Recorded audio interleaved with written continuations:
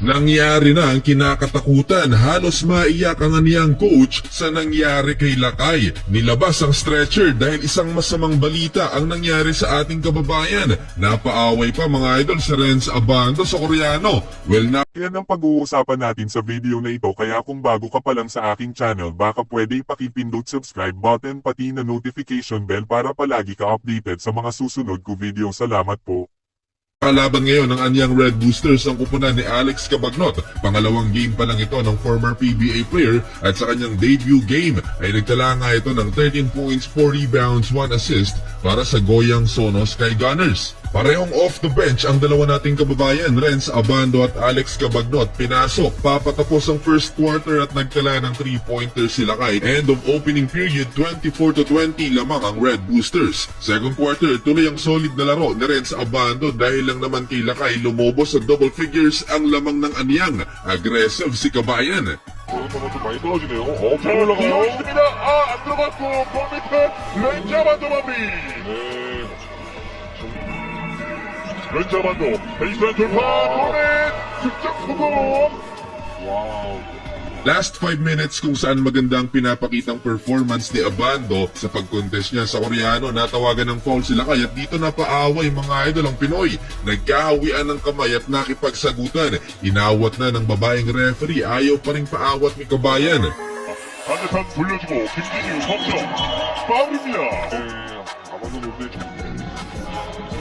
이 선수들끼리 신경전이 있어요. 자, 방금 전에 지금 충돌했던 두 선수인데. After ng altercation na yan mga idol, dito na nangyari ang pinakakinakatakutan ng lahat, ang magtamo ng injury si Renz Abando dahil sa mataas na talon. 백샷 어디가? 자, 괜찮나요? 지금 착지가 손을 불안정했는데요. 예. 지금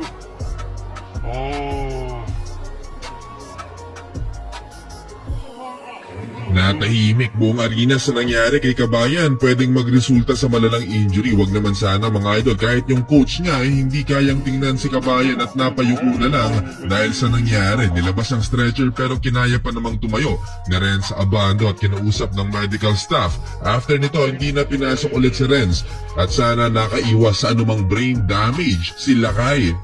Sayang, sa low pa naman din sana ng 7 minutes na playing time ni Renz. Nagtala ng 9 points in 4 of 5 shooting si Lakay. Last 2 minutes nagtala pa ng back-to-back field goal si Alex Cabagnot para sa Goyang Sono Sky Gunners. Natapos mga idol ang first half, lamang ang Red Boosters 47-38. Third quarter takeover si Alex Cabagnot at ang malaking lamang ng Red Boosters biglang nabura. Involved sa lahat ng plays ang isa pang Pinoy, kung hindi sa pagpunto sa ambag ni Alex, siguradong assist ang maitatala ng ating kababayan. Bago ilabas, tabla na sa 63 ang talaan. Papatapos ang third quarter, muling binalik sa court si Alex Cabagnot at naipasok itong end one jump shot. At sa pagtatapos ng third quarter, lamang na ang home team 66-65 dahil yan kay Cabagnot. Fourth quarter, nagkaroon ng maliit na separation ng Red Boosters pero dahil sa leadership ni Alex Cabagnot, muling naidikit ng home team ang talaan sa last 5 minutes. Last 1 minute dahil sa kakaibang free throw ng import ng Goyang mga idol, nakalamang na sila 80-79.